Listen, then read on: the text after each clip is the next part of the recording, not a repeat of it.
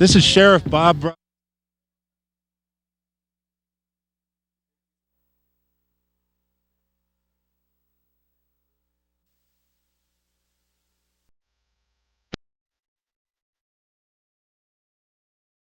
You're watching GrassRoots TV.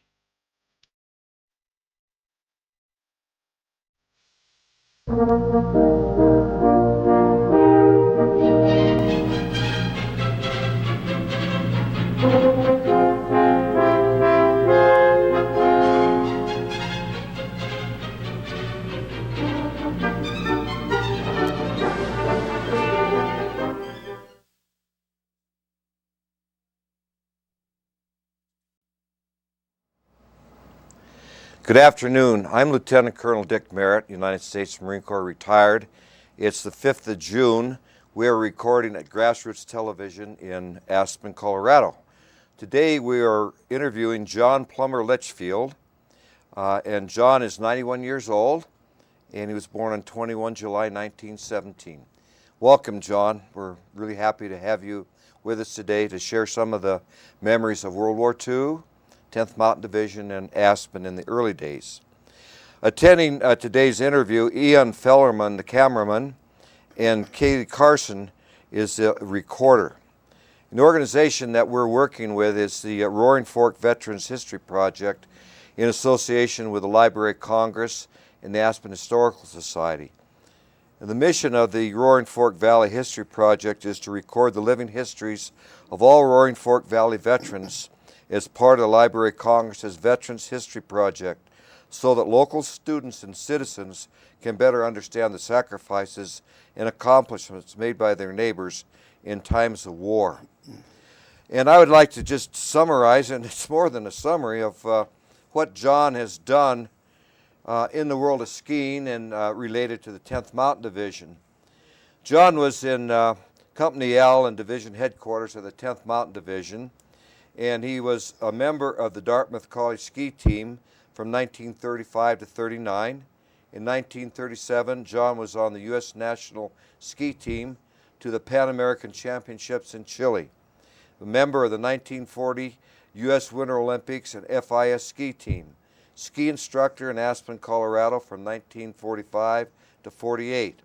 Then John moved up the Pacific Northwest and became president of the Pacific Northwest Ski Association, and moved over to Sun Valley 1949 to 50 as a ski school director, and also in 1949 and 53 as the ski school director at Sun Valley. John is one of only 17 to hold the coveted Sun Valley Diamond Sun Award. He is a member of the U.S. and Colorado Ski Halls of Fame and the Maine Sports Hall of Fame. John, that is quite a background, and you're a legend, you're inspiration to all of us that work in the ski field. Thank you, Dick. Thank It's you. been lots of fun, and talking with you creates lots of memories for me. Well, we're going to go over a lot of memories and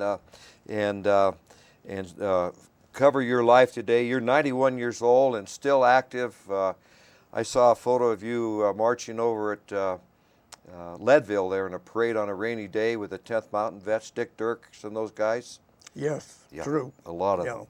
Yeah.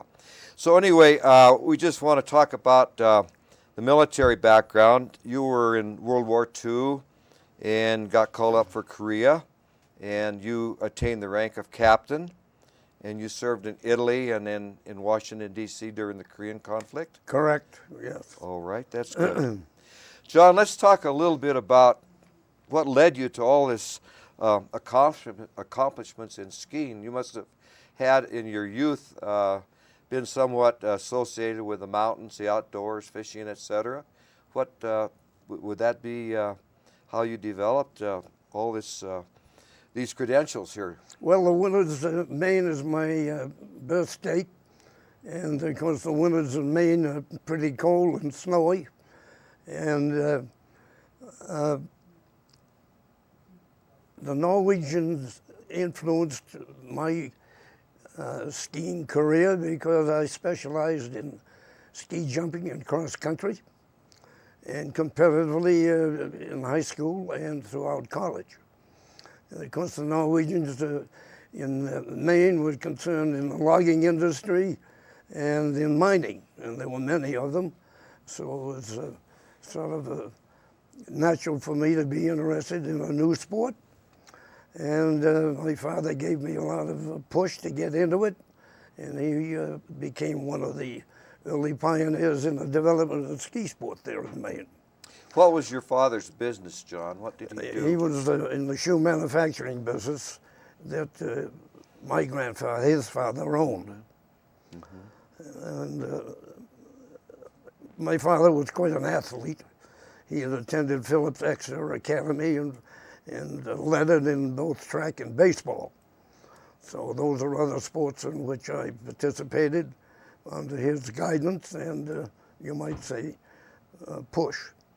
Which college did he push you to that you wound up attending? Well, naturally, skiing was a prominent athletic part of Dartmouth athletics history, and the Dartmouth Outing Club was formed in 1910, and there were many graduates at that time living in Maine, and I became known to them, and through that contact, why, it was easy for me, I suppose, to be persuaded to go to Dartmouth.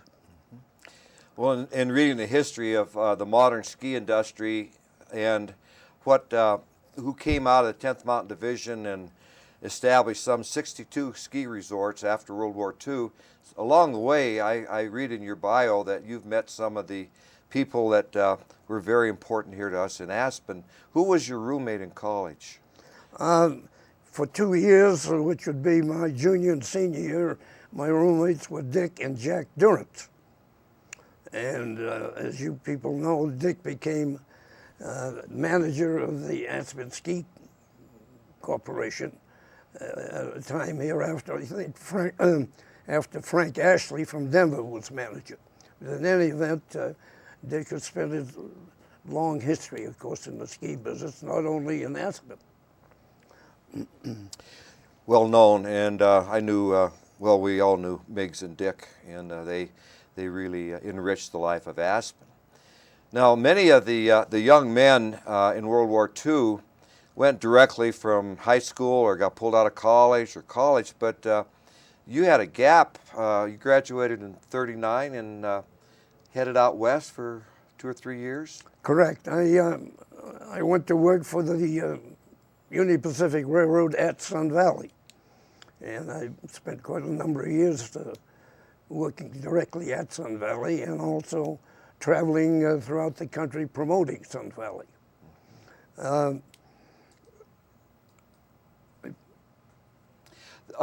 Along that line, who were some of the instructors that you met there at Sun Valley that wound up in Aspen?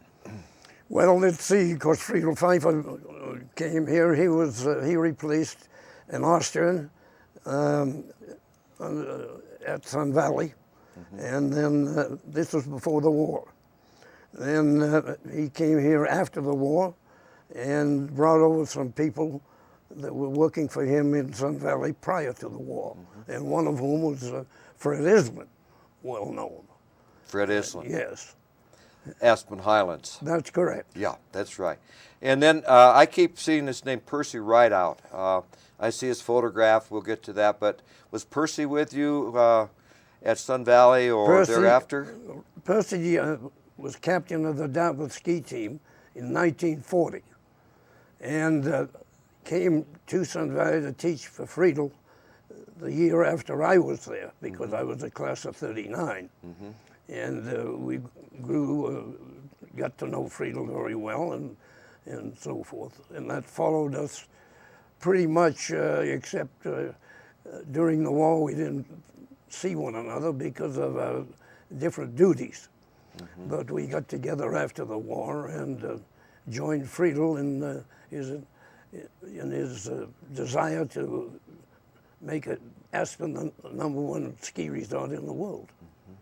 Those must have been the days of when the Averill Harriman had the train coming up from Los Angeles, and movie Sun Valley Serenade and Sonia Heine and golden times probably before World War II. Well, that's interesting because basically for the railroad to get involved in running a resort seems sort of paradoxical, but they used the Sun Valley Resort as a entertainment spot, you might say, because the Union Pacific Railroad's main line, one of their main lines, ran close to Sun Valley, and there's logging, potatoes, tremendous amount of shipments out of that area.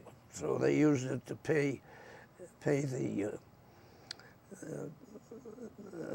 off, you might say, reward the shippers for their using the railroad. The other reason was, I think Mr. Harriman had skied in Europe and became enamored of the sport, and some of his friends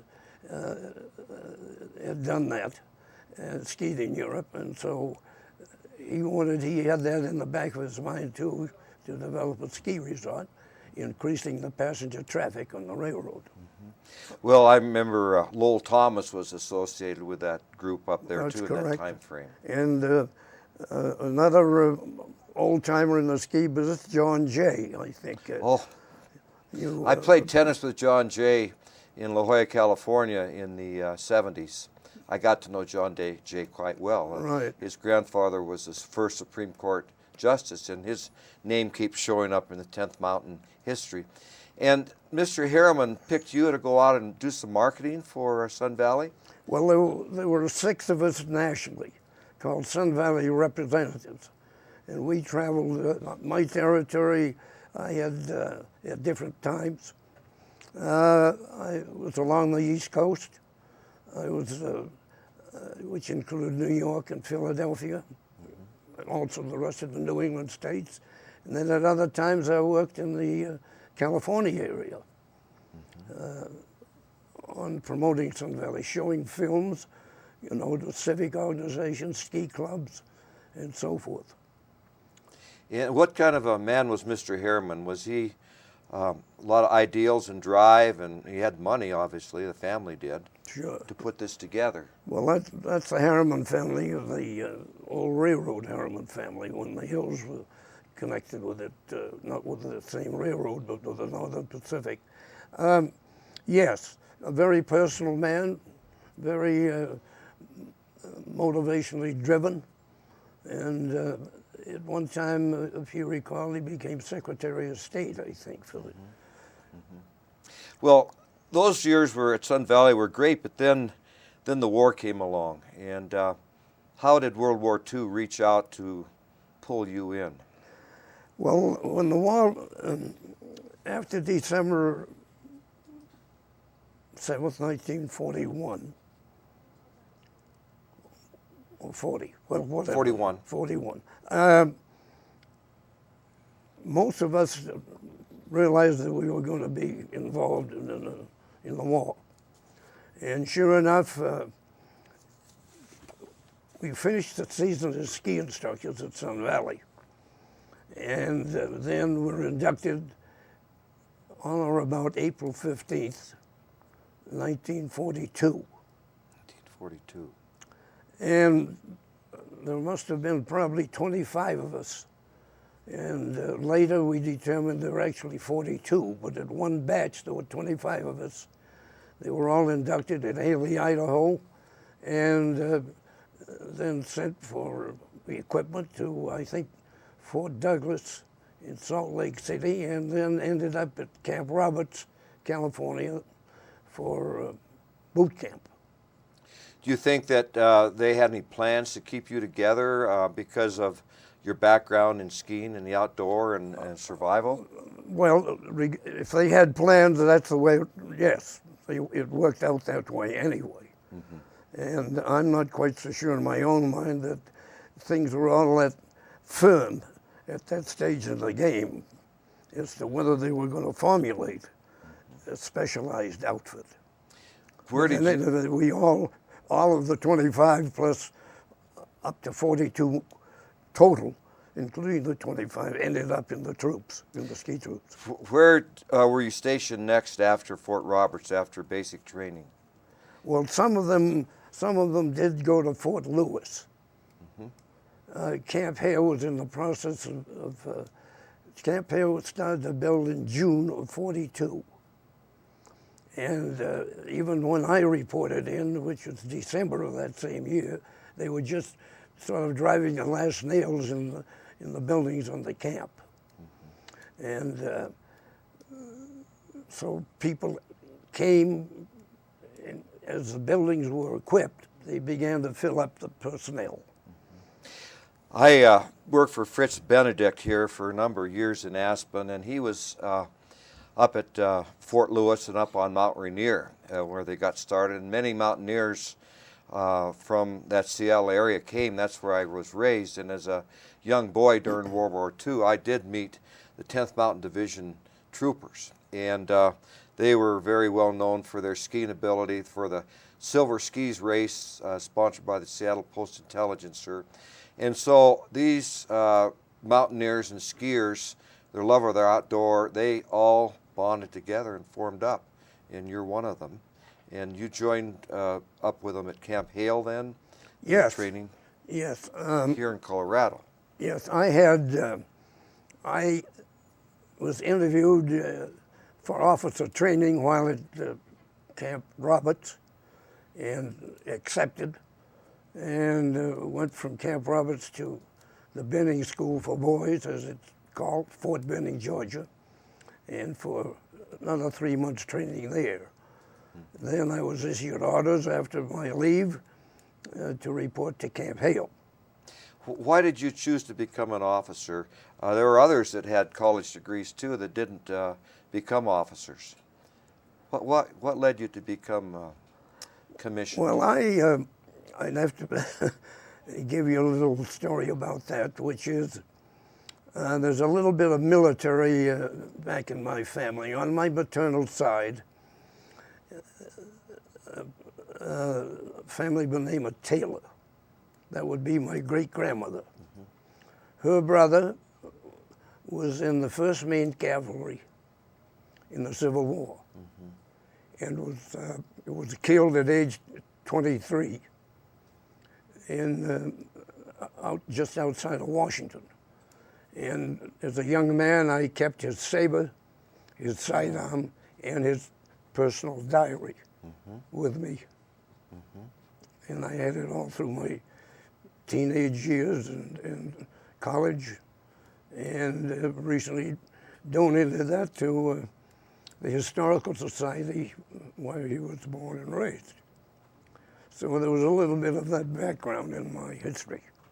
Yeah. So you had the leadership and the ability. He was an officer, but he started in as a sergeant volunteering, Ephraim Taylor by name, and then was promoted to master sergeant and then given a commission. And because of your background and your credentials in skiing, you had the respect and the leadership, and you probably never asked your men to do anything that you wouldn't do yourself. In other words, you had accomplished these skiing things, and you inspired these men that were under you to... that you're performing your job in that respect, that's correct. That is a basic responsibility of any officer. That's right. In your commemorative book that you did so well, John, we're going to talk about this. This was the Hail and Farewell of the 10th Mountain Division in Denver in 2007. You had a poster in the front of it, and I think this somewhat backs up everything we're talking about today. This was a poster for the 10th Mountain Division, and it says, "Mountaineers who reach the top in war and peace, leaders in the world of skiing and outdoor life, their heritage lives on." It does. And could we just talk a little bit about the 10th Mountain National Association? You're involved. You are on the board of directors for the association? Yes. At one time, we have about 21 chapters throughout the country, and each of the presidents of those chapters are automatically on the board of the National Association. So at one time I was president of the Rocky Mountain chapter and was on the board of directors then. They publish, and I happen to be recruited into the 10th Mountain Division. I'm a Marine, but I taught mountain climbing by a descendant, Kieran Woodard, here in Aspen, whose father, Charlie McCarthy, served with the 10th in Italy. And this is the Blizzard. You're involved in this. Yes, right. And to keep this going, the foundation, the spirit, there is a current 10th Mountain Division Light in Fort Drum, New York, and they seem to be assuming some of the leadership roles because we're all getting on in years and we need to have the tradition carried forward. You comment a little bit about that? The Army has undergone reorganization, well, continually, really, throughout its existence, but more recently, when the 10th Mountain Division of World War II was inactivated in 1945, in the fall. There was a hiatus there of no 10th Mountain Division. There was a 10th Division. But the 10th Mountain Division was reactivated in 1986 with the same patch and called a Mountain Division. With it was one of 4 divisions at that time. They were composed of quick reaction time, and also TO was on they were light divisions, and it was really fortunate for the 10th Mountain Division of World War II that division was chosen to be reactivated as one of the new light divisions in the then ongoing reorganization of the Army. And we read in the press of what they're doing specifically in Afghanistan, mainly in the mountains there today. And they have 3 brigades, and I called up there and they told me how they rotate and they're received, and they attend the foundation meetings, and so this perpetuates the. Yes, we have funded in the World War II group. We have funded a foundation which furthers the education of their descendants, and we contribute also to the same sort of an organization that the 10th Mountain Division Light at Fort Drum. We contribute to their educational program of the not only the current soldiery when they return, but also their children.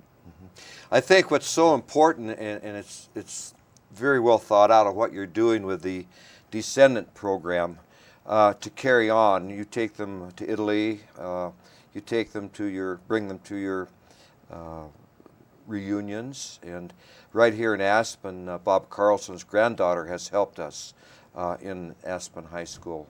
Ducky Knowlton, Steve Knowlton's daughter, I've been on the ski patrol with her. Well, her daughter, Steve's granddaughter, helps us in the schools here to tell about what the 10th Mountain Division did and to show respect and patriotism for our country. And it's very important that this carry on. And so we thank you for having this as one of your goals in the 10th Mountain Division Association. Well, we're very proud of doing things like that, to carry on the tradition, but to also, shall we say, make passing the new generations aware of the accomplishments not only of the division, but the importance of the contributions the military have made to this country. That's so important. Thank you, John, for doing that. Let's go a little bit now into after you got at Camp Hale, and I'd like to bring into this conversation Sarge Brown at some point, who we interviewed for this project, who was the mountain manager at Vail and career Army soldier who fought in the 10th and then fought in Korea and was at Frozen Chosen with the Marines. And he's a personal friend of mine, a personal friend of yours. And I know along the way, Sarge has told me how much he respected you as being a company commander. And we'll touch upon Sarge a little bit. But you went to Camp Hale and started the training. And what was the training like at Camp Hale? Well, of course, some of the recruits that came into the division had not received any basic training at all. Most, at the early days, most people had been basically trained somewhere, whether it was at Camp Roberts or they came out of the old 15th Infantry Station at Fort Lewis. They had already received basic training. Those that hadn't had to go through the usual basic training offered at the boot camps and at Fort Benning for enlisted people, you know, bayonet training, calisthenics marches, long and short, equipment checks, inspection, barracks inspection. Learning how to salute. Learning how to salute, you know, overnight bivouacs, tactical exercises, the usual boot camp thing. How, you know, firing on the firing ranges of all weapons, heavy, light, and so forth. What about moving through the high country? You had skis, obviously. You also had to say that it's not wintertime, and you had to have some type of animals or trucks to move the equipment. Yeah, they're called mules. They're called mules. We had mules. Yeah. And we had mules. And you learned how to throw the diamond pack on You it. had to know how to put on a diamond hitch and lash all kinds of equipment, which was being under development. I might add, Dick, that the development of the ski troops was one of kind of trial and error. Manuals had to be written. Weapons maybe had to change in construction because you're operating at high altitudes and in cold, etc. Clothing had to be developed. It would enable man wearing it to be able to fight. It would not impede his maneuverability and mobility. All of that had to be developed. And in one sense, the ability to do that and the training, the basic training of an infantry man, be he officer or enlisted man, had to go on constantly. So it was a pretty busy place at the time.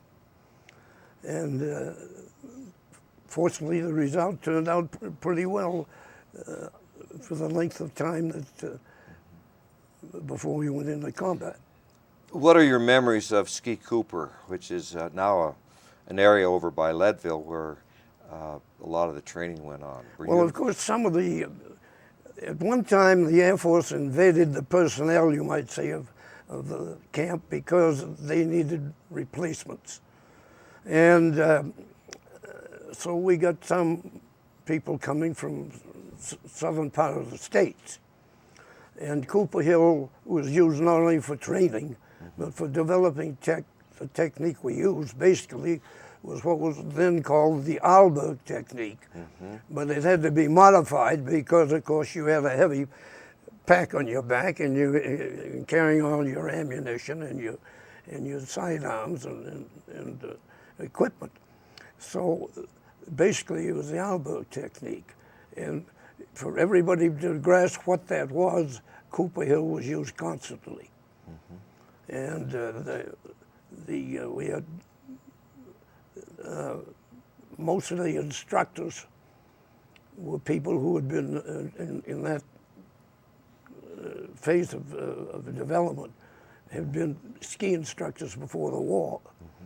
So ski instructors and mountain climbers. I know from the Pacific Northwest, every well-known mountain climber that I knew when I was just a little boy were brought into the 10th there at Fort Lewis. I think it was 86th and then 87th. 87th, yeah. Yeah, yes, exactly. They were loggers, for example, and they ran pack trains. Lots of people came out of the wind rivers up in Wyoming and so on. So they understood and they became the teachers, you might say. Well, I think that's how Sarge Brown got started. He was from Cascade, Idaho, and his father was the district Forest Service ranger. He had experience with horses and mules, but Sarge told me, what problems the mules were, and you somewhat intimated that. And then in Italy, we'll talk about the problem with the mules. They were Italian mules. The mule is the mule. Well, we had mules in the United States. The Italian mules were used because of the necessity to get into places that only men on foot and animals could go. But there's certain limitations there, too. But the reason nobody seems to know, at least is mentioned in the book by one of the artillerymen, that at Hale, all the mules disappeared. Not at Hale, I beg your pardon, at Camp Swift. All the mules suddenly disappeared. And one of the things about Bill Brown is being first sergeant in L Company that I was commanding at that time. We did get a whole new complement of mules from the ones we had at Hale. And there were no stables at Camp Swift. So picket lines were set up in the company areas. Well, I don't think your imagination has to go too far to know what problems are. Flies and manure, till hell wouldn't have it. And all of a sudden, they'd been there for 2 weeks or 3 weeks, they disappeared. By that I mean the TO had changed and TE had changed. Well, Sarge went through that experience. Sarge went through that. But these mules won't go away. We're fighting Afghanistan, and where I taught at the Mountain Warfare Training Center for the Marines in California today, they have 20 mules there, and the Marines come in and learn how to pack them so that when they go in the mountains of Afghanistan, but we still have use for mules in 2008. That's interesting with the electronic development and with all the new weaponry, you still get back to the old four-footed animal to accomplish a mission. Exactly, Yeah, exactly. It's amazing, isn't it? Exactly. Yeah. I've heard about this D series. Can you expound a little bit on that? The training at Camp Hale called the D series?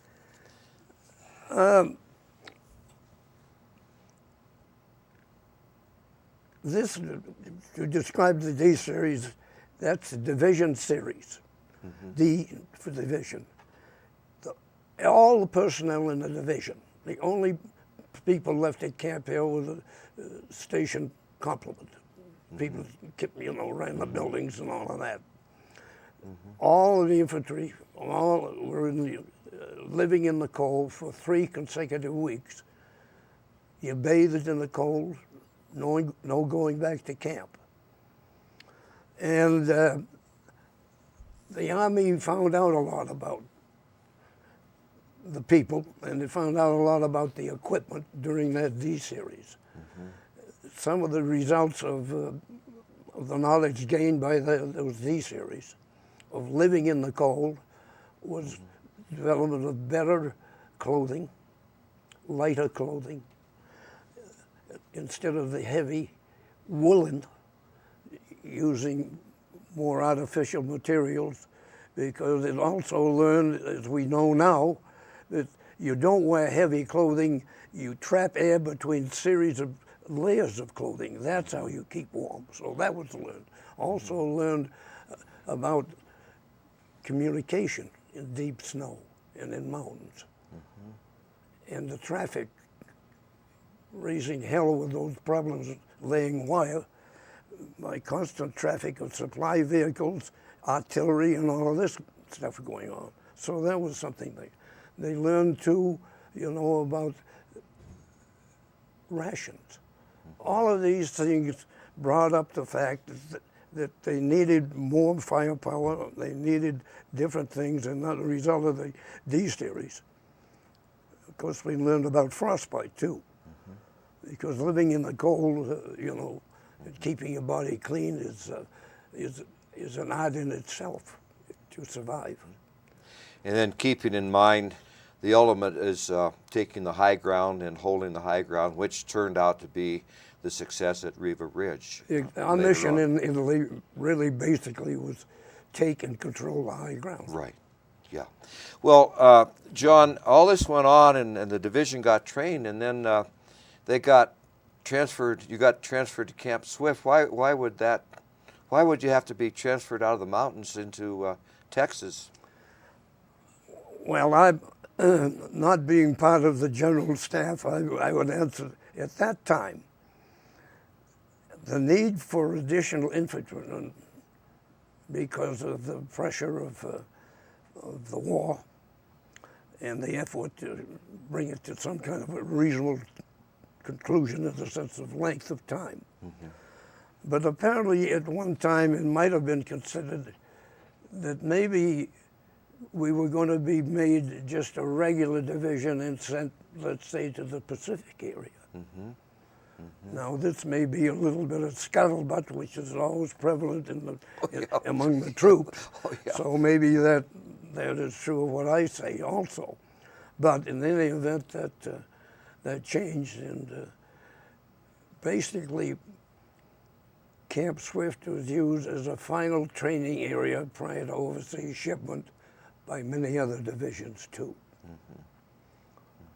Mm-hmm. Well, in other words, many of during my period in the military, the World War II days, many times troops were using rifles of 03 vintage, the R3, mm-hmm. old shoes then. So when I say re-equipped, they were getting then the new production.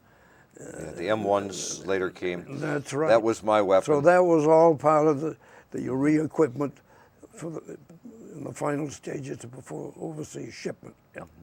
Well, what happened with everyone going overseas, suddenly, young people would meet, men and women, and get married. And one of the stories that I know personally, and John and Irene Tripp. Yes. And John was in the 10th Mountain at Hale and went down to a party and ski group and met Irene.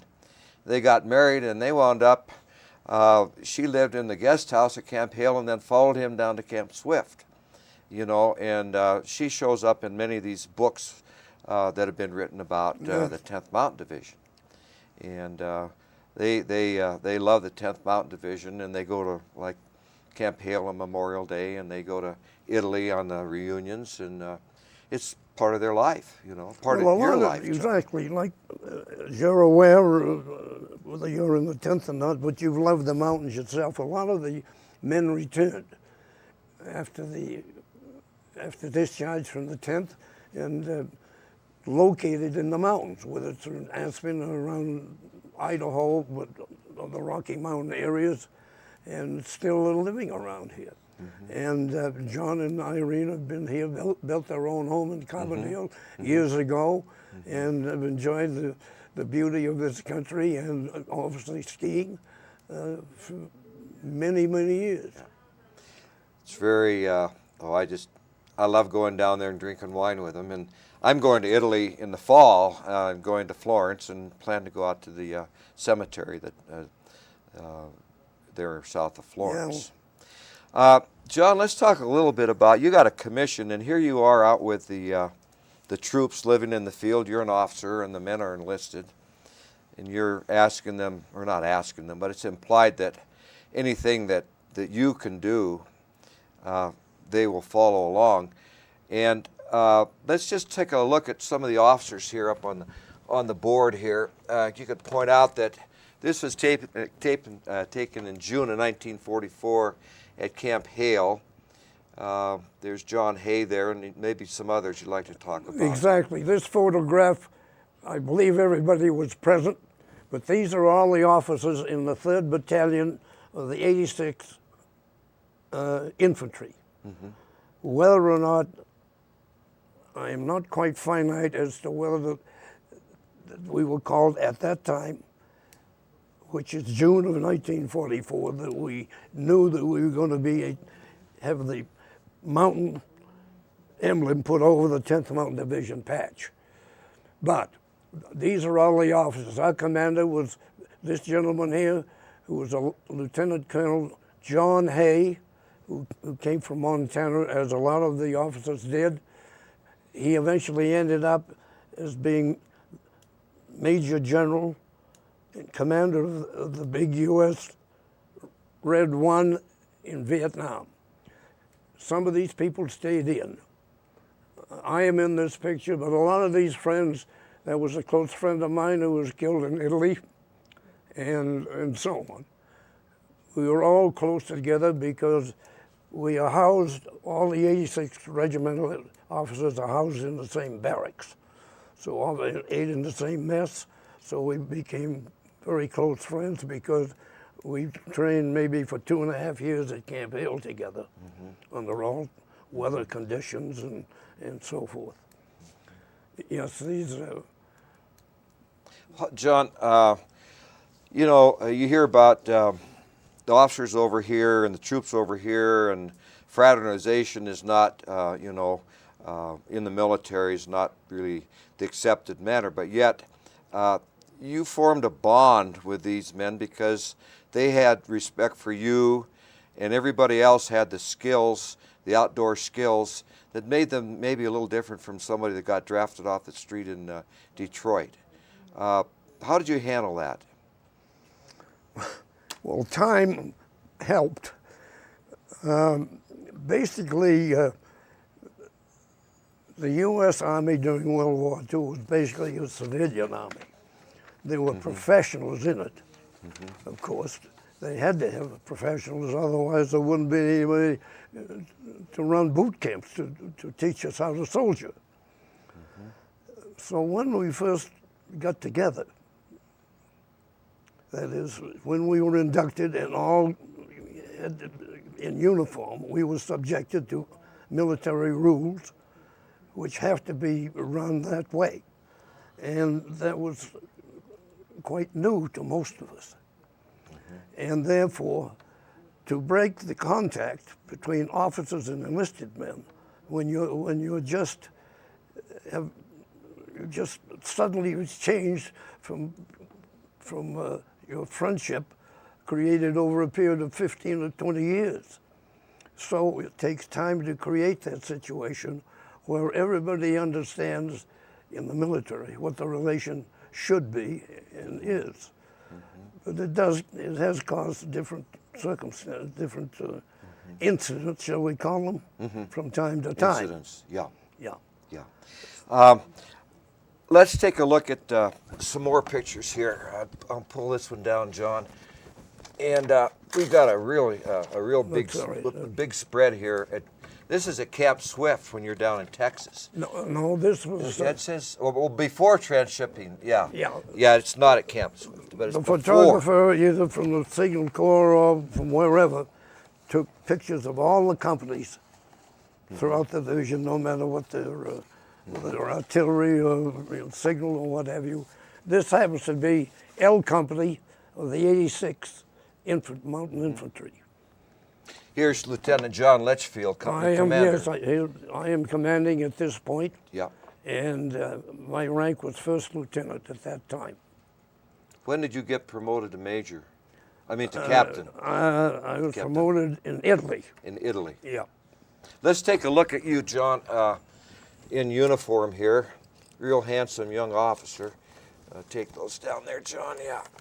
And this is John, First Lieutenant John Litchfield, right here. Bright and shining as you are today. There's on your left shoulder there, John, is that 10th Mountain patch. That's right. Let's talk a little bit about that. What's on there? What's on that patch? Well, that's an ammunition keg, let's say used during, let's say, the Revolutionary Civil War too, maybe, but Revolutionary War. Wooden keg in that shape. A little bit of bow on the sides and flat on top. And of course, the cross bayonets represent the Roman numeral 10. And the colors, of course, are red, white, and blue. And so it's a striking patch. And the only addition to what people are looking at here would be the little mountain emblem that goes over the top after approval and certification that we were actually properly could be called a mountain division. And that happened before we left for overseas, before we left Swift, but still we were not allowed to put that new emblem on until the Allied forces operating in Italy were sure that the Germans knew we were there. We were not to advertise the presence of a mountain division. But in the meantime, 10th Mountain Division was featured on the cover of Life magazine before Riva Ridge. I mean, I'm sure they knew what you guys were up to, being so long in in the mountains and training. Sure, yeah. That gets back to the old story. To divorce yourself from military thinking for the minute, that the question is asked of somebody, do you know what a secret is? Because what's a secret? That's something you tell only 10 of your best friends. So that's apropos. That's how it gets out. Oh, gosh. Well, John, we've got the division at Camp Swift, so now we have to move on. What's the next step? Which way and how did you get to your... Well, we shipped out in troop ships, some of which were really military ships, and others were converted pleasure ships, you know, liners, which is equipped to take X number of men. The faster ships, some of them went alone or not too many in the convoy, but slower ships had convoys of destroyers and cruisers escorting them across the Atlantic. We shipped out of Camp Swift the period of about beginning early December and ending shipping out of Swift to Hampton Roads, which is Norfolk, Virginia, to climb aboard troop ships, Camp Patrick Henry at Norfolk, Virginia. I shipped out of personally, and because I was then transferred to the operations section of the division headquarters, G3 so-called. I shipped out on Christmas Day of 1945. Depending on the speed of the transports used, it was anywhere from 6 to 10 days. None of the ships were, I'm sure there were torpedoes, but nobody saw torpedoes on my ship. I don't know about the others, but anyway, none of the troop ships were torpedoed. Most of the troops landed in Naples, and immediately we were run up the coast, some on the freighters, Italian freighters, to staging areas, which is somewhat like Camp Swift was before we shipped out, where you get your equipment.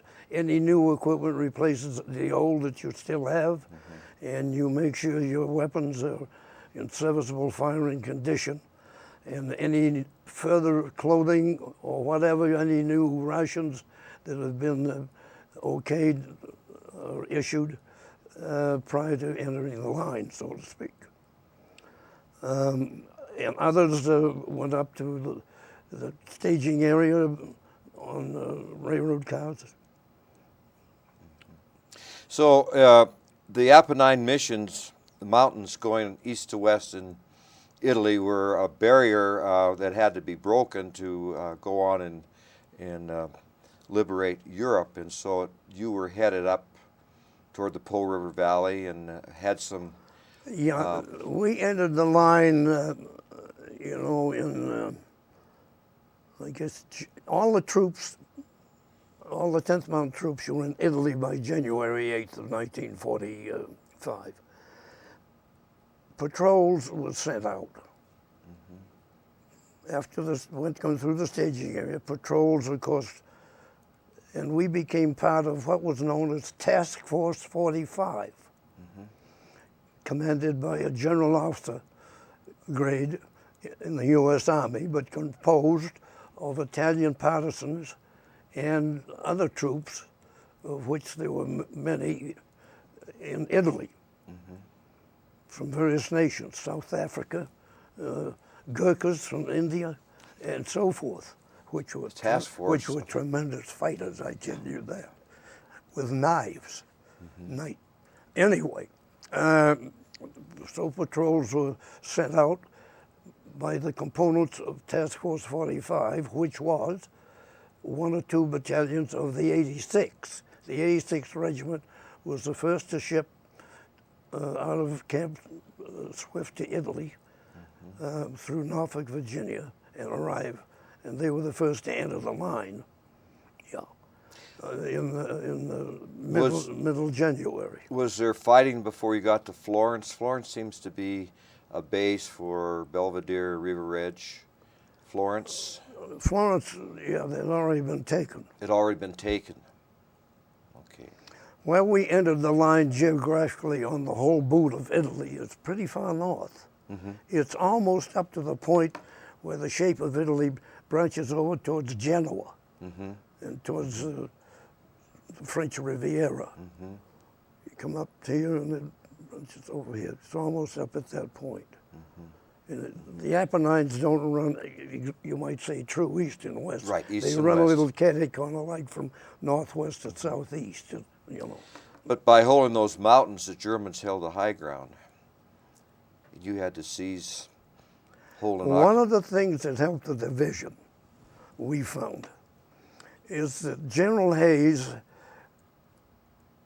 who was the commanding general of the 2nd Division Artillery. The 2nd Division had been sent to Europe to be part of the June invasion, the Allied force invasion of the continent, was given some time to go down to Italy and see how things were going on down there. And he was around Mount Cassino down there as an observer and so forth, and had and witnessed their problems. Also, what the artillery was doing in Italy for the Allied forces, with particular reference to U.S. troops. So we had a little bit of experience down there and witnessed things. So when he eventually became commander, you see, he had that experience. The other thing that he had experience in, he was a Congressional Medal of Honor winner for World War I. So he had a little bit of knowledge of the German thinking and so forth, which was very helpful to us. And the results showed. We were fortunate at the time to have a gentleman of his caliber and knowledge. Well, you know, in warfare, there's always innovations. The best plans always go astray. Had your equipment arrived from Fort Swift or from the United States? Well, I'm sure at the time, you know, things are pretty busy when you get in the war. There's a lot going on that you know about, and there's a lot going on that you don't know about. It isn't anything that's cut and dried, and you know, there it all is, and here's what we're going to do, and then do it. Things, you know, can change, and you know, as they say, keep the infantry moving, and they change. So, yes, that's possible. I don't have any recollection in anything that affected me in my position on or intimate knowledge of and so forth. Well, with one exception that comes to mind. Bill Gall, who's commanding assistant commander of the division artillery, mentions that some of the rounds that were sent for their use couldn't be used.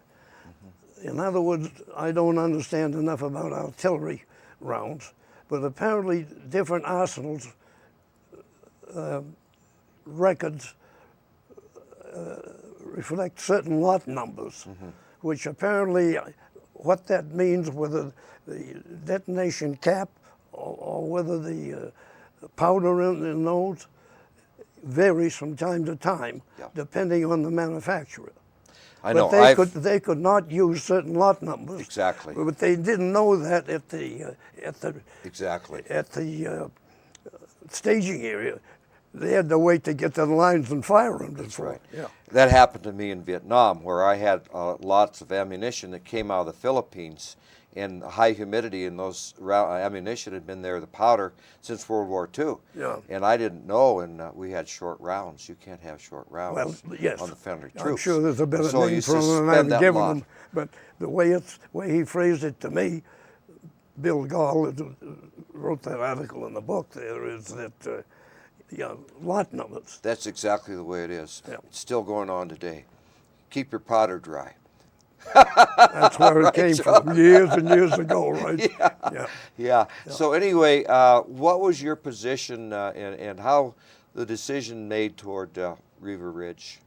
What were you doing there in the Well, general in the first staff? place, Riva Ridge is separated by, well, let's say a small valley from Mount Belvedere. But it is a strategic point. High ground. Well, it may be a little higher than Mount Belvedere in numbers, but from Riva Ridge, you got control of Belvedere. Anybody attacks Belvedere is like shooting ducks in a gallery. You had forward observers, German so up there. even though you could shoot across the valley, but it had to be controlled first. And General Hayes sized that up. And the problem was that they had nobody they could climb that ridge. The previous task forces, there were 3 previous attempts to capture that. They didn't know how to climb it. They didn't think it could be done. Matter of fact, the Germans didn't think it could be done either. And that increased the morale, not only of the troops, but in the eyes of the Germans, it was a considerable feat. Well, And all the German officers that were captured remarked to that, to General Hayes. 'Cause Well, I was there for some of those meetings. what made it remarkable that it was not a day assault, it was a night assault? They climbed at Well, nighttime? let me tell you, well, I'll probably mention this later, but in any event, that's right. The troops had never been bloodied, one. They never had a night attack, two. Never practiced one. And to do it up those cliffs, not too bad, babies. Not too bad. Yeah, and the And Germans... they did it, I mean, they did it in jig time. Oh, they had a few sticky wickets, but I mean, it didn't last long. we had a movie here in November, Abby Keeley, The Last Ridge. Have you seen that movie? Yes. And they reenacted the climb, and it was, we had a standing house here. That's what we're doing in Aspen, is trying to educate and respect for the military. Standing room only in November for Abby's film at the Opera House here. And we Well, you know, it was scouted and made lots of reconnaissance, of course, patrolling on that ridge. They finally found 3 routes that would require fixed ropes. Well, those fixed ropes, you secure fixed ropes with pitons, and you can't drive them in with bare hands. So, in the night or over distances, when you get up high and you hit metal against metal, well, it echoes through. You can echo throughout the valley. But they accomplished that without the Germans even knowing about it. in the fighting, not only Riva Ridge was heavy, but Belvedere. I know Sarge Brown got wounded. I think John Tripp, they got Bronze Stars. You got a Bronze Star. Frank Delencic, who lives here, got a Bronze Star. Gino Hollander. I mean, you guys were in the middle of it, and heavy casualties. Yeah, one of the things that is impressive things that I think stick in my mind, we trained together for 2 or 2.5 years. So we knew a hell of a lot about one another. And in combat, I've learned, since I wasn't ever in the line because I was back in division headquarters. But really, you and your buddy, that's the whole world. You can't see, maybe depending on the terrain, any more than 50, 60, 100 yards to the left or right in the front. That's your world. But the mere fact you trained it with another is helpful for teamwork. It isn't as just you suddenly were designated such and such a division, and then came all the recruits, some of whom were professional Army and so forth, and then you were in combat with no chance of work. The other thing is, everybody knew how to handle the mountains, weather and terrain. So you knew how to use the terrain. God, as an infantryman, if you don't know how to use the terrain, baby, you got problems. Got problems. And the other thing, because of the height we trained at, goddamn, we were in beautiful shape. Wonderful shape. So the combination, we had a tough crowd, baby. Well, you held a position that I held for a while in Vietnam as a liaison officer. Yes. And working for the general relies on the liaison officers to know what's going on. And I read some of the things that you did in coordinating some of the attacks there. Could you recount some of the liaison issues? Well, yeah. The liaison officer, General Hayes was a liaison officer in World War II, too. He was a liaison to artillery between the U.S. artillery and the French. That is reading his history. My job, the job of a liaison officer, probably in the mountains, was a result of his personal experience in World War II, the need for it. And particularly so in the mountains because communication is difficult. Sometimes radios work. I don't know, when you run races here, sometimes you have a radio location and nobody can receive it simply because of the way the airwaves work and the location. And in the mountains, the other thing, laying wire, God almighty, laying wire up a hill, and you get the artillery and your communication is gone. The result of that, there's only one way to solve it. A human being's got to go somewhere and come back with information about where they're located, are they having any problems, and what are their plans, and so forth. And you can't wait on radio or wire to get that. So liaison comes in. And what the liaison officer does, other than make sure that you're around, and if your division gets into trouble because of the location, is to fight on behalf of the safety of the division, but also mainly to verify where units are and what they're doing by coordinates. If some period of time goes on, and the coordinates shown on the map, the operations map the general runs, out you go. Well, John, both you and I know that war is hell, and in order to keep your troops' morale up and to keep them fresh and to put them in the rear, you had to get mail and have food and maybe a little R&R. Was there any trips into Florence, or was mail getting through, or food or anything like that? I was sent during the, let's say, planning for the final attack beginning on April 14th, 1945. For 3 weeks prior to that, I was sent to Caserta, which is the Allied Force headquarters. And British Army Field Marshal Alexander commanded, with a U.S. deputy commander. And there was the British 8th Army headquarters there. And the South African Air Force that supported us was there. And Indian commanders from India, and so forth, the headquarters. And I spent 3 weeks down there while the division was planning, and at that time they went back to R&R area, Montecatini and Florence and so forth.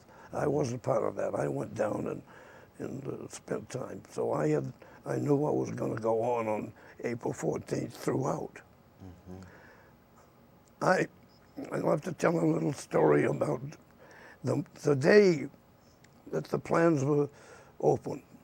General Hayes brought even battalion commanders into the into the not discussion, but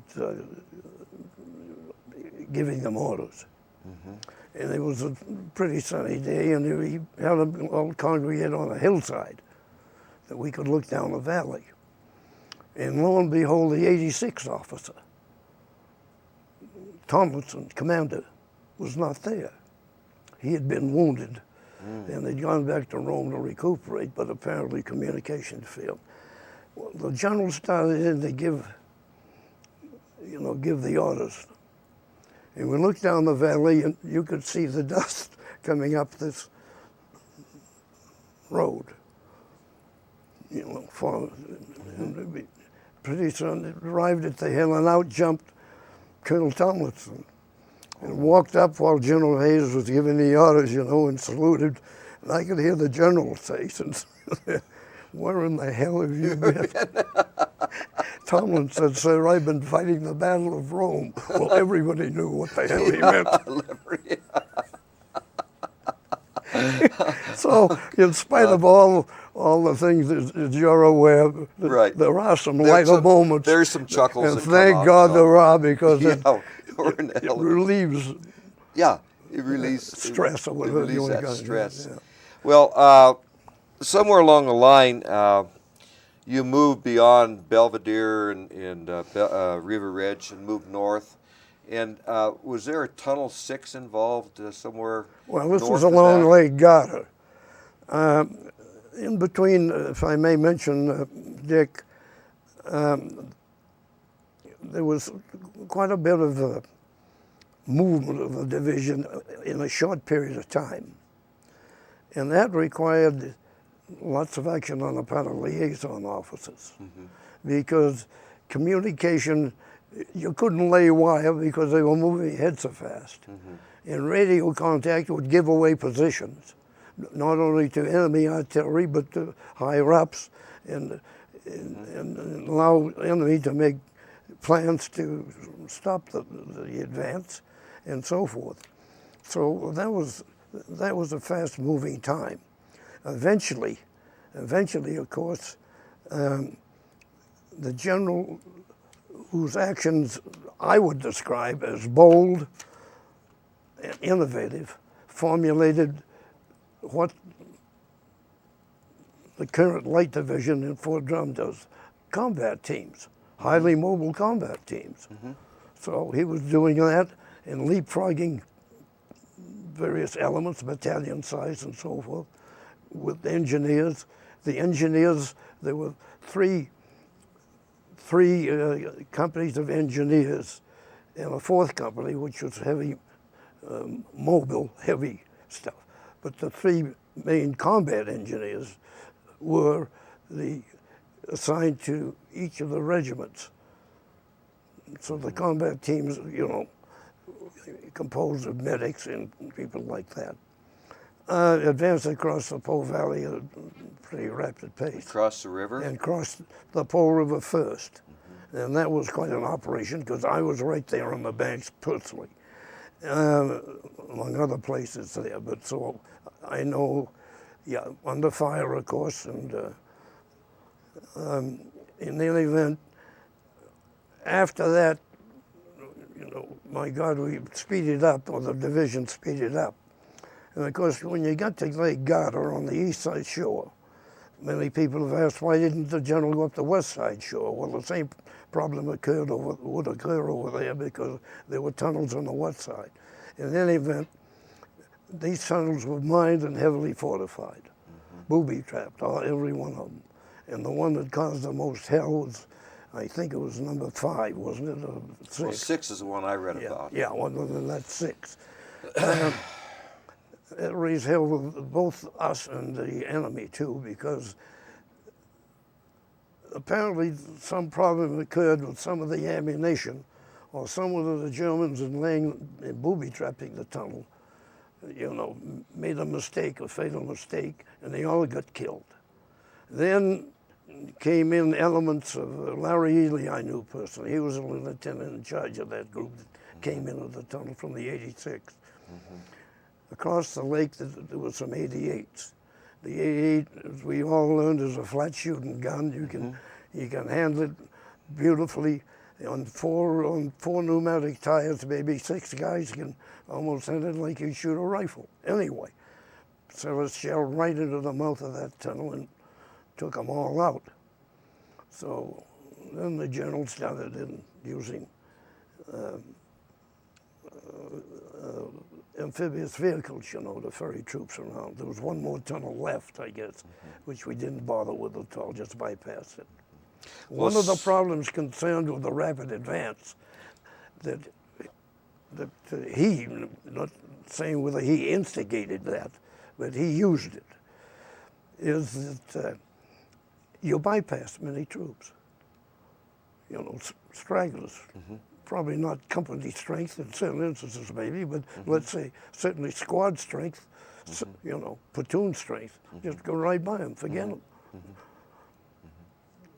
And at that time, the Germans were they lost a lot of their pizzazz, so they weren't interested if they'd been bypassed and carrying on too much of a firefight. Well, what kind of a place is Lake Garda? Is it just a small lake, or? No, it's a big, long lake. Was it a resort or a place We where are people in could the go? resort area, beautiful lake. The Italian lakes are beautiful. You know, they aren't as big as the Great Lakes, but I mean, they're sizable. Beautiful, and you're beginning into northern Italy. It's, at that time, it was part of after World War II, it was divided, and it was part of the Austro-Hungarian Empire and given back to him. I noted with great interest going up. I made several trips to the border after the war was over and so forth, to the Austrian border. And all the Italians, all the towns in northern Italy have got German names on them. All the kids are towheads. No, Nordic. or Aryan. Yeah. You know what I'm saying? They are like they are in Naples, dark complexion. Right, yeah, that was my impression. I noticed that with great interest. Still German street signs. Towns are in German, just the way they were. How far north did you go before the 10th Mountain Division stopped? At what point? You went up to the Austrian border and plugged the holes. Several passes, of course, one of them I should know, but anyway, I've forgotten. Riga Pass is one of them, 2 or 3 other passes. So we sent task forces up there. The general sent task forces up there to plug the holes. And there we met, of course, divisions that came down through Germany, from Europe, from the European theater. Yeah.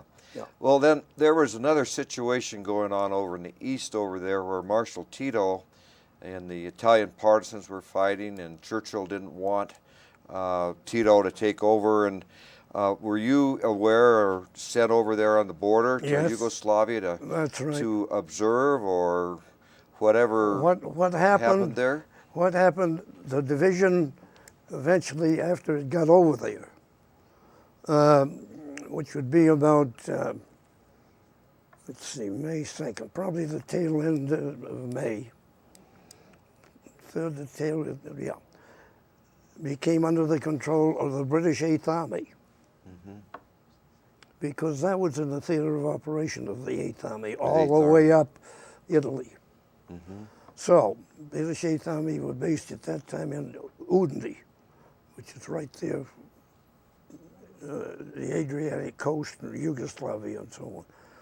And there was so the territory was split up.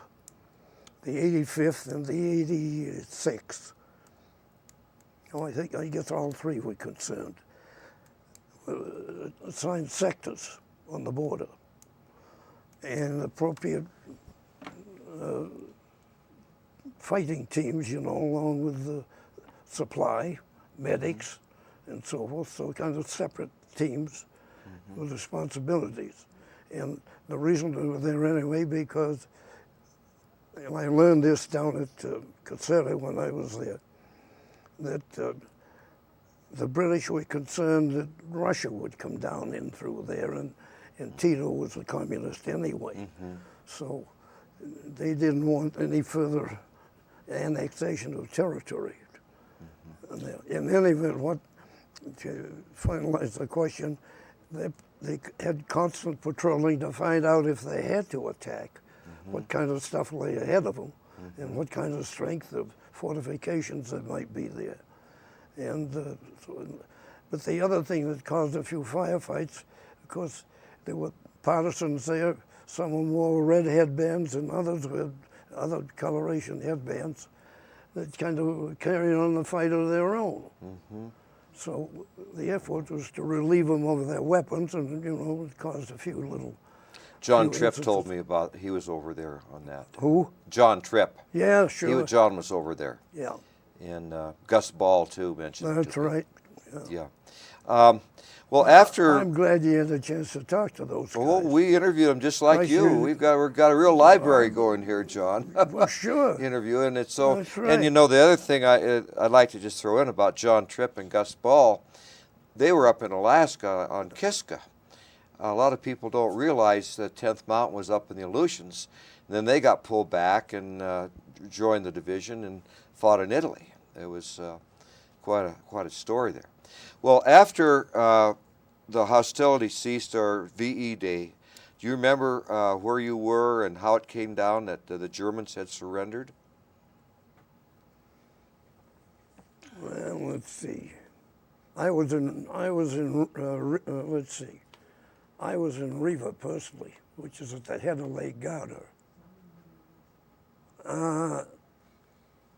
I just missed that shell that killed Darby. I was just coming back into town. As a matter of fact, one of my close personal friends got part of his leg shot off on that same shell, and married a gal from Brighton, up above Denver, and so forth, and came to live here eventually. But all of our people all of the troops, I think, had reached the borders. All of the troops had got to the borders. Was there... And so to get to the borders, they were up there before May 2nd, but not a hell of a lot before that. Do you recall if the Stars and Stripes, did you ever receive the Stars and Stripes that said VE Day? Yes. I know Stars and Stripes, but I can't just recall when the notice came to Hayes.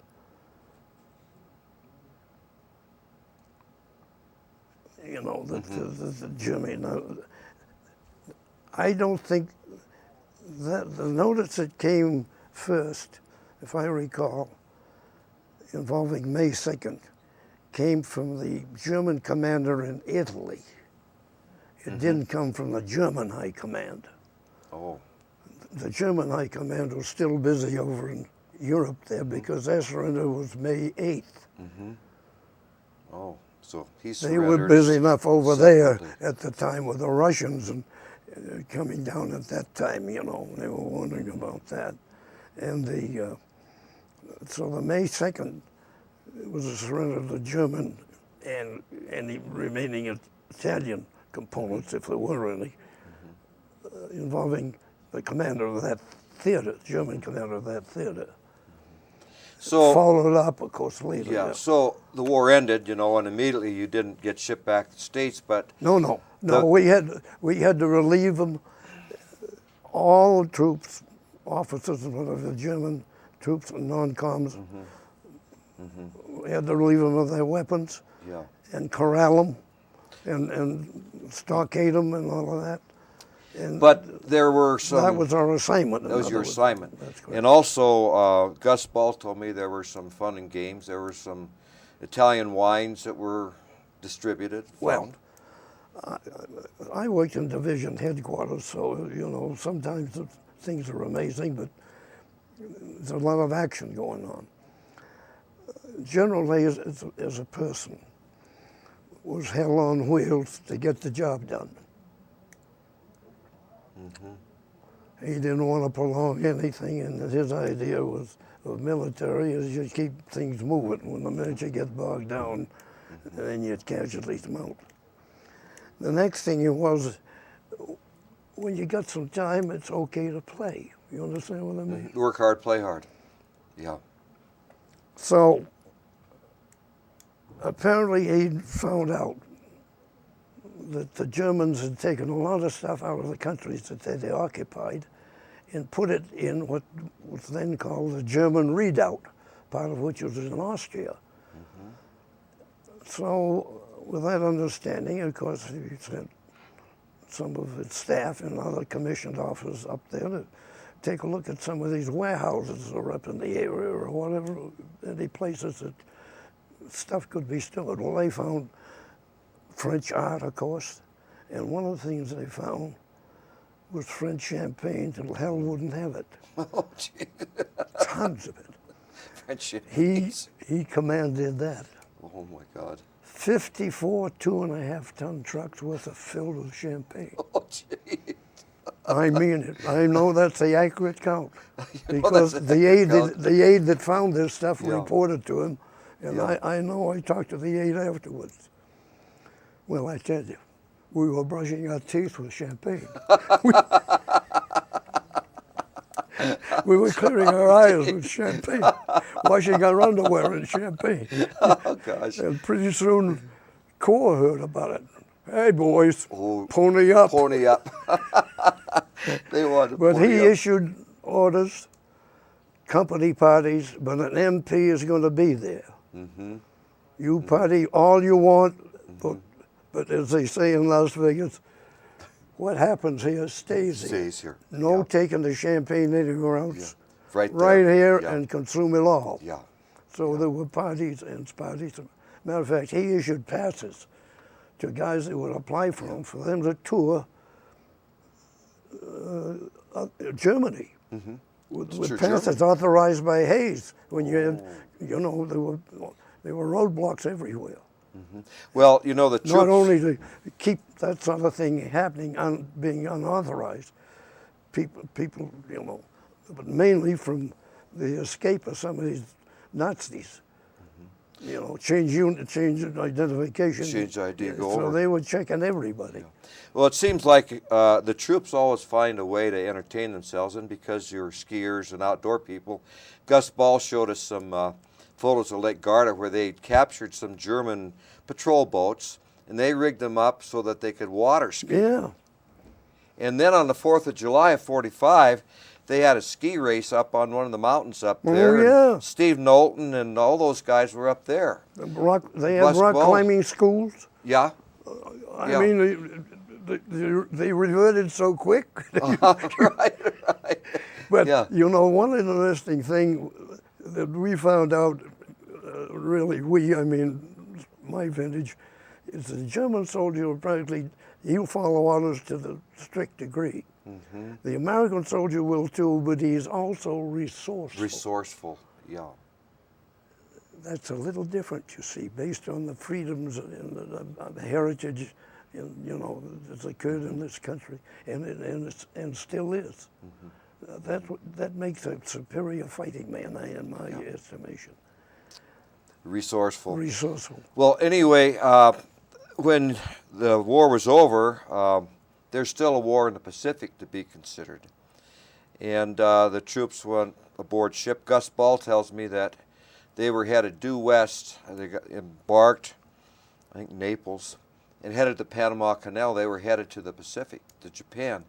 But all of a sudden, the ship headed 45 degrees north, and they knew that they were going home. You know, the atomic bomb had been dropped. But I think you were programmed to go in Japan in the That's Pacific. true. I'm not quite sure, but, well, I know we were going to be part of the assault on the Japanese mainland. And we were all supposed to regroup at Camp Hale, Colorado Springs. And be issued new equipment, because when after the war was over, we had to turn in all of the equipment, of course, that each soldier carried. And on my personal experience on the troop ship I was on, that the first bomb, August 6, I think, landed, and I guess it was the second bomb, almost 8th. But we were about 3 to 5 days out of Newport News at that time. And then Virginia. all of a sudden, you know, now hear this, how this, and on, over the loudspeaker came the fact that Japan has just surrendered. Let me tell you what happened. It was a beautiful day and warm, and we had a huge complement of nurses on the craft I was on.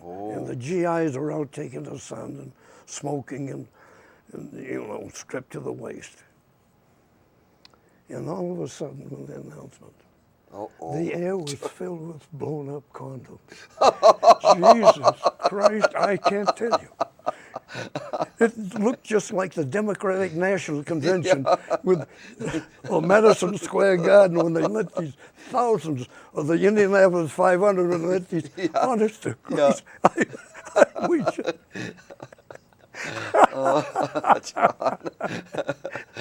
I said, you can't meet the American guys. No, Jesus. you can't beat the American guys. I tell you. And you know, and we've talked about the fighting men, but the nurses that were there tending the troops, you know, they were, some of them became casualties. I know in Vietnam they did, but they were there with the us. medical corps, you know, that's a tough deal. You're not armed. No. You're a company aid man. You're out there with a lead flying around, tending wounded people, just as if you're at home. Yeah, the Geneva Convention's be damned, you know, with a red cross on there. That red cross sometimes It's means a target. something. It didn't to the too many SS. You know, the stormtroopers that Hitler had. Yeah, some of the boys, corporate company aid men, got picked off with those bastards. Yeah. Well, since the war ended, you get back to the States, and you elected to be discharged. Is that, or did the Army try to? No, the division was inactivated. So everybody was discharged. You had to wait. Only people who didn't have enough points were discharged. If you had enough points, which depended on whether you were in combat or what kind of a job you had, you might say what rank you had and responsibilities, or if you didn't have enough points anyway, you were reassigned. Some of the people were reassigned directly to the Pacific, right from Italy. They never went back with us because they had to earn more points. But those men that had enough points, Yeah. Well, you then left the service. No, I signed I signed for a commission. I accepted a commission in the reserve. In the reserves. Inactive reserve. Inactive reserves. Yeah, as a captain, which was my rank captain. at the end of the, that's right. Right, and so we're going to skip over 5 years, and we're going to come back separately to 1945 to 50, your time here in Aspen. And Korea came along. What happened? I mean, here you are, you're through with World War II, and then Korea comes along. Well, at that, I would have to add, maybe correct a little bit of your explanation in the sense that I came here directly after 45 with Friedel and Percy Rideout. So that meant I was discharged in October of 1945. I was up here the day after I was discharged, you might say, from service with the 10th. Well, had you been in Aspen when you were in the 10th? Yes, I'd been over. Yes. Yeah, I knew about Aspen. I'm just talking kind of a series, with timeline and so forth. So I was up here then. Now, I was only in Aspen. Some people think I was here longer, but I was only here in Aspen for about 4 years, 5 years. You understand me? Right. Then I left here and went to Sun Valley. Oh, Sun When Valley. when Friedel brought over Fred Island, I left here and went back to Sun Valley, where Fred came from, to come here. Oh, I see. So I entered the Korean War service. I was assigned, when I accepted the commission in the Indian Navy, I was assigned to that time at the Idaho, my papers were sent, apparently, to the Idaho Military Commission, because that's where I got pulled to go to the Korean War. So in that sense, it's a little bit of omission here, in the sense of your question. So I really didn't go to the Korean War from here. I went from Sun Valley. So you're in Sun Valley and you're teaching skiing then? Yes. Yes. Okay, so I returned and became head instructor and then executive director of the Sun Valley Ski School. Sun Valley Ski School. The next year after. So everything is good up in Sun Valley, and all of a sudden, when did you get your orders on Korea, and what was your reaction? Well, I would say I was kind of nonplussed because, you know. Sure. But in any event, yeah, I served, and at the time in Korea, they needed line officers. My experience has been predominantly as a line officer in the sense at the combat, in the sense of infantry, company commander, you know, first, second lieutenants, company commanders, and so on, are all infantrymen combat trained. I talked to some people about being recalled. And it ended up that a friend of mine, who was Adjutant General of the 10th Mountain Division at Camp Hale, Camp Swift, and in Italy, was a good friend of mine. I called him. He says, "I'll take care of it." So he got me a job, if you might want to call it, the Korean War, at the Pentagon. I reported in about April 15th or thereabouts of 1952, I think it was, 51 maybe. And was assigned to the Pentagon, was assigned to SMI branch, Security of Military Information, commanded by Colonel John Smelza, who had been a battalion commander in the 87th Infantry that I knew, all the way through Italy. I look around his office and his 2 or 3 other men that I knew, officers. And then here's Gordon Dawson, Adjutant General, working for Major General Alexander Bowling, that I later was transferred to his office. My job was to be at work at 6 o'clock every morning and read all the cables coming in from Panmunjom and have them on his desk before he came in. Well, let me tell you what happened. I'm in there one morning, and the general came in earlier than usual. You had to come through my office to get to his. So he had another man with him, an officer. And he walked up to me. He said, "Good morning, General." He said, "Litchfield, let me see such and such a cable." I reached around, pulled it out of the cabinet, and handed it to him. He looked at it in a minute and handed it to the second officer, and he said, "Thank you, Litchfield." When I got a chance, since the general, the Army buys all the local newspapers. They're every day they're on the desk of all the intelligence people at that level, naval and so on. A guy by the name of Drew Pearson had published verbatim that cable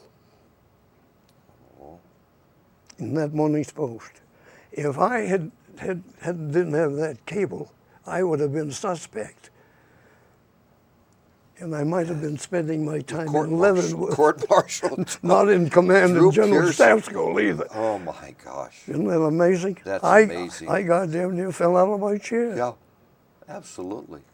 Wanted to see it. So, you know, recently we heard a lot about leaks. There was always been leaks. always There's a good leaks. one right there. Well, how long did you remain on active duty during Korea? 2 years. 2 years. And then you... I enjoyed that work. I almost stayed in. Because, see, I was 36 years old when I got out. I hadn't made much money in my life. I'd enjoyed life skiing, but that ain't what pays for things. Enjoyment. takes a little bit more than that. Takes a little bit more than that. Well, John, I'd like to go back a little bit and review some of the things that we've touched on earlier. This commemorative book that you put out is a true work of scholarship and research. I want to compliment it. Anybody that would want to pick this up, this was for the 10th Mountain Division 28th National Reunion in 2007, and was this the last big one that they had? It's the last reunion of the World War II 10th Mountain people. There will be other reunions from time to time. The trips to Europe also are included in that 28, and the tours of the 10th Mountain Division in Italy have occurred about every 3 years since they first began. And the national reunions also every 3 years. So then there have been trips to Italy. Here's a return to Italy. that's correct. That's the tour. That's the tour booklet. Yeah. Right. And That's, the battle maps are there. The cemetery, I think. I have. Speaking of operations maps, I have given some to the Aspen Historical Society, I believe. And we have those. I mean, of the World War II operation in Italy. I see. Yeah. We used at the division level and also regiments and down a battalion. They used 1 to 25,000 U.S. maps. Well, I plan to go over there. I know you're going over there tomorrow to look at your contributions, and I'll follow up. I plan to do for myself to put them in the Aspen Historical Society archives. But let's go back a little bit. The Sun Valley. The Sun Valley seems to be as active as Aspen was, maybe even more for you in your skiing career. Well, the reason for that, I think it was in the earliest stages of the ski development in this country. Basically what happened was that the skiing industry started to develop before World War II happened. And you might say World War II interrupted its development because all the people had to put on a uniform. You know, they couldn't spend their time developing resorts or equipment or even clothing. Right. We were going to... And of course, that's also the reason that after the war was over, that to get back to civilian life, they got back into what they just left. That's right. Well, so even though the impetus had been created before the war, it kind of lay dormant, but then they picked up and created more impetus after the war was over, and that's the reason that these resorts started appearing on the map. Example of that is up toward Ashcroft there. Buddy Fisk they had that very lodge, and he got Billy killed. Fisk. Billy Fisk. Yeah. And he was, I think, with the RAF and got shot down, killed in an airplane. Sure, you see, there was development. Never came back. See, that happened before the war. Right, before the war. So you see, that's part of the impetus. Already began before the war. Ted Ryan. And Ted Ryan, that's right. Yeah, those people. They're good friends of mine. When Ted was out here saying how things were going, not as a stockholder, but I mean, Ruth, his wife, liked to ski, so she became my pupil. Oh. Yeah. Let me go back to Sun Valley. You had a 50th anniversary in 1986. Up there, they put a plaque up, and on that plaque there are some names that go between Sun Valley and Aspen here. I just read some of them. Nelson Bennett was big up in Pacific Northwest skiing. We both know that. He was a real leader. These are 10th Mountain. Okay, Siggy Engel. Siggy Engel stayed at Sun Valley. He stayed at He Sun was Valley. one of the ski instructors before the war that Friedel hired. Here's John Litchfield. Okay, here's Tony Matt. Didn't he do the head wall? Schustet? That's The right. first head wall That's correct. on Tuckerman. During I think it was the second Inferno race. I raced it in that race too. Well, you did. Yeah, I got sixth, Sixth. which isn't bad for a ski jumper. Oh, not bad for a ski jumper. And then here's Friedel Pfeiffer. Walter Prager. Walter Prager was the second Dartmouth ski coach after Otto Schneebs. When I was a freshman at Dartmouth, which means in the year 1935, it would be my freshman year at college, Otto Schneebs was the coach then. The next year, Walter Prager became coach, the Swiss. And he became a roommate of mine off campus. I lived off campus this year, and Walter Prager was my roommate. You skiers there. Percy Rideout.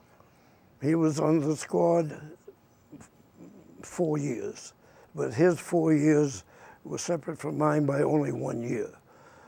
In other words, he was a class of 1940. So when I was a sophomore, he was a freshman. But Percy shows up in a lot of the photos of Aspen skiing history too. That's right.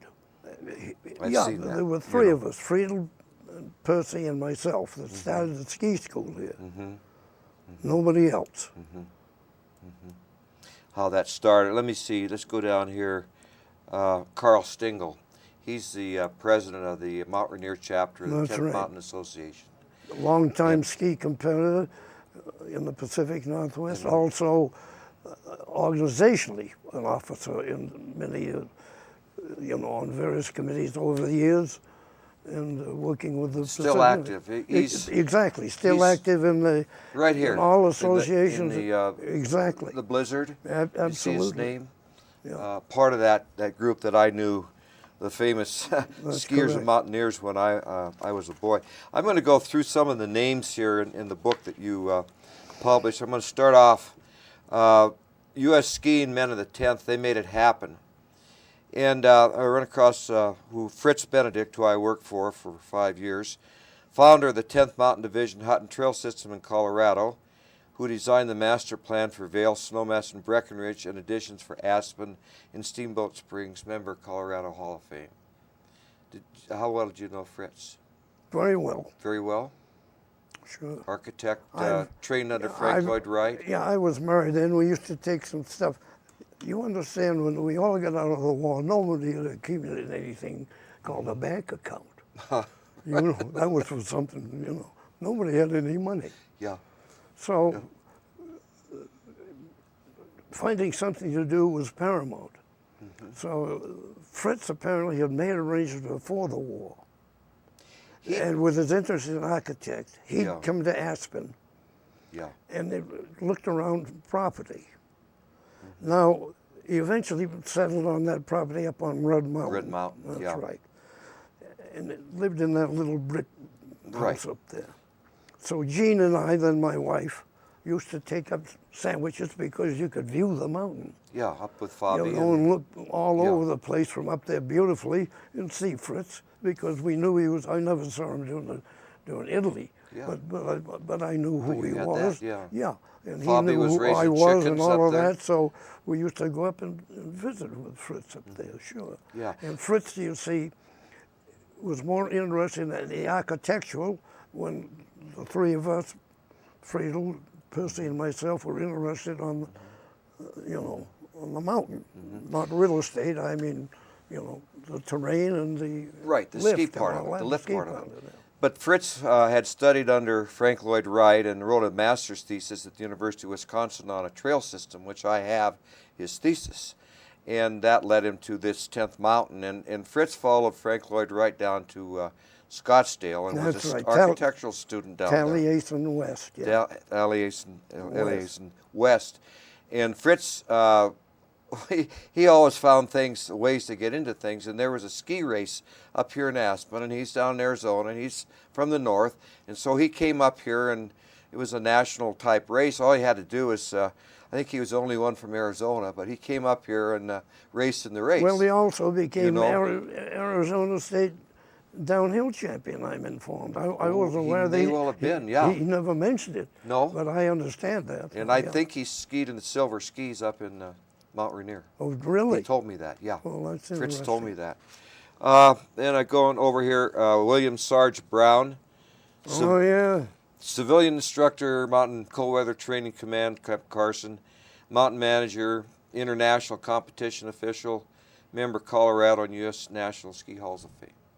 Well, Yeah. Bill used to, there was a bunch of kids that came out of that area up around McCall, Idaho. Yeah. Now, that's a beautiful little town, by the way, but there's a lot of lumber activity up there, logging and what have you, as there is throughout, obviously, the Pacific Northwest. Well, there's a bunch of them that used to come over there. They all had them coonskin caps on. And I'm not sure that Bill was one of them. That would be something he might have done if you Yeah. know Bill, right? Yeah, yeah. And they Oh, used yeah. to come over, and at that time around Sun Valley, you know, the cute as hell skiing all together. Yeah. Christ, He was good entertainment for the rest of us. He That's was what a it national amounted to. competitor, and he wound up at Dartmouth running the ROTC Oh, and the yeah, Outdoor sure. Club. You know that. Oh, so, yeah, sure.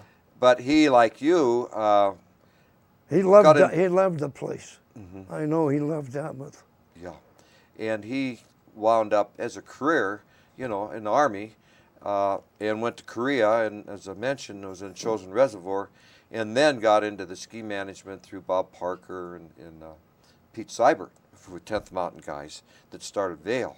So there's these history, and we talk to these guys, and we talk on the phone, and Bill calls me up. He knew that you and I were going to interview. He said, make sure that John has his shoe shine for the interview.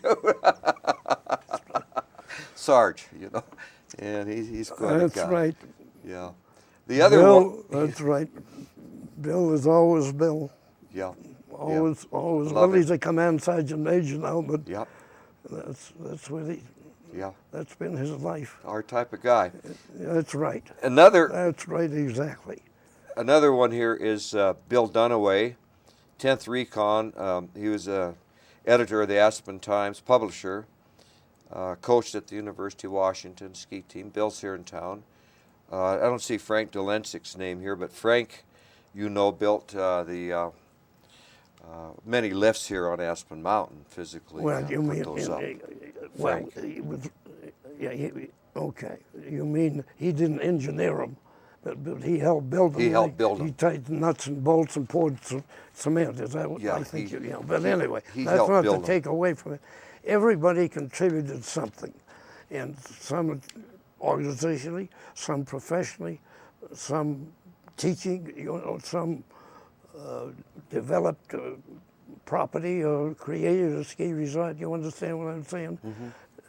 What we're going through now, when you think about it, with the importance of the ski industry to the economy of the United States, let alone to the Rocky Mountain region, it's just staggering how much of that was created or brought to fruition by people in the 10th Mountain Division. It really is. You're here, John, of course, and then going over Percy right out, captain Dartmouth College ski team, ski instructor Sun Valley, director of Friedel Pfeiffer Ski School, Aspen, Colorado, 45 days. That's right. Percy's here, and then here's one. I got certified at Highlands in 1971 by Cliff Taylor Sure. with a GLM method. I still have the diploma, and Oh, I yeah. I knew Cliff. Yeah. Did you know Cliff? Shit. Yes. You knew Cliff? Yes. Yeah, Yes. yeah. Absolutely. Yeah. I skied with him when he's been over at Copper, Yeah. for years. So Yeah. I've Yeah, been up there many times. he broke the barrier, you know, on getting people interested in skiing on the short skis. And Sure. people said, oh, short skis suck, and then the long skis came back. Now I'm teaching on short skis. We're we're gone full circle here, you know, on the ski Well, stuff. it's interesting you bring that up about the short skis. All of this development, if we're thinking classically of lifts and the equipment, what other things were developed all through this period? Technique. I mean, there was a guy up in Canada named Fritz Loosely. He had a technique. He wasn't a 10th Mountain Division guy. And then, of course, Emil Arles had the French technique. Then there's been the Swiss technique and the Alberg technique. All of those things tell the story of the development of the sport in a kind of a different aspect of it than talking about mountains and buildings and such. You know, the technique, increasing it also was undergoing lots of scrutiny and different ideas. Oh yeah. I'm going to show you one last thing here before we close out. I gave this to you last night. This is the vanishing legacy. The World War II vets who built modern Aspen are almost gone. And this is a statue down at the base of the gondola of Aspen Mountain that Bert Bidwell donated. Oh yeah, sure. And Bert was, you know, wanted to leave that. That's right. And I see Percy always keeps showing up in these photographs. And here we are. Here's a great photo, I think, of Steve Knowlton, Barney McLean, That's right. Chris Berg, and yourself right here. Yeah, that's Steve, you're right. Barney, Chris Berg, yeah. And myself. In your quotation here, it says, everybody was tired of the war and glad it was over, and we were glad to be out of the service. It was a great time in our lives. I know that was because that's what you had the last couple of days. That's right. Told me all about it. It just seemed to happen naturally. That the kind of, I would say, not forget about the war, but to rejoin civilian life, have a little peace of mind, kind of sit back and figure out who you were, what am I going to do now, what move should I make? It takes a little time to do that at that age. And they have time because we're still young. Well, so you sort of naturally gravitated to what you had been enjoying before the war, before you joined the big world of commerce or anything like that. And you're still continuing to lead the pack at age 91. You're young 91. And the fact that you have done this book and participate, and we've talked about the importance of bringing the youth in, which you're doing through the Descendant program, means that we're going to continue the heritage, the legacy in the future. So John, I would like to close out here and present you with a pin on our, I support the Roaring Fork Veterans History Project, this one I have on, and we hope you wear it proudly, and thanks for being with us. Well, thank you very much. I've enjoyed talking with you, Dick, and reviving old memories. And other than that, I think it's a great project you're engaged in, not because you're talking about me, because lots of people have created this industry. And for the young people who know, the future generations to know and have a place to find out about people and how the sport they love began, and some of those personages involved, and also teaching about the military and their contribution to the welfare of the country. Good. Thank you, John. We're going to take a break now, and then we'll be coming back to cover the 1945, the post-war here in Aspen. And you know what I'd like to do is have Sarge and you and I get together for coffee. Down in Grand Junction, he's got a museum of ski stuff down there that you won't believe. And you do too, your paperwork. Anyway, thank you so much, John, for being with us today. You're very welcome. Thank you, Dick. You're welcome.